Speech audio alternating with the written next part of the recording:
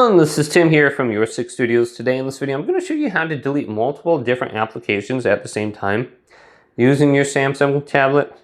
If we go to the Google Play Store right here and tap it, go to your profile on the top right, go down to Manage Apps and Games, Manage.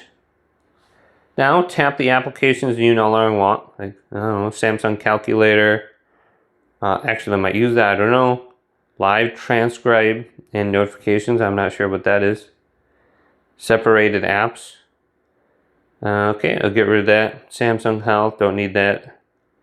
Samsung Cloud, okay, don't need that. So you get the point. You just tap these multiple different applications you're probably not going to be using. Samsung Notes, and a lot of these are Samsung devices.